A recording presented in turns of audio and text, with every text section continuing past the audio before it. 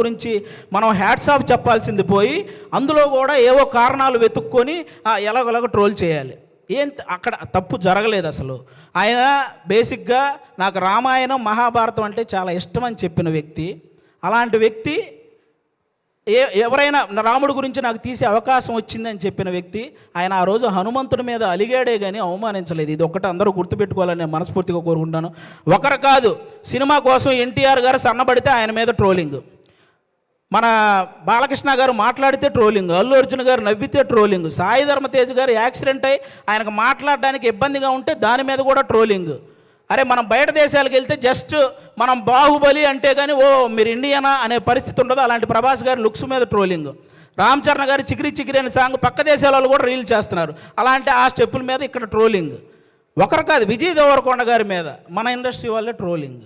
అంటే ఒక వ్యక్తి ఇంకా అంతకు మించి ట్రోలింగ్ అంత మానసికంగా ఒక వ్యక్తిని కుంగదేయాల్సిన పనే ఉంది. ఇప్పుడు బాహుబలి, RRR, పుష్ప ఎలాగో ఒక వర్గానికి అర్జున్ రెడ్డి లాంటి సినిమా కూడా అలాగే.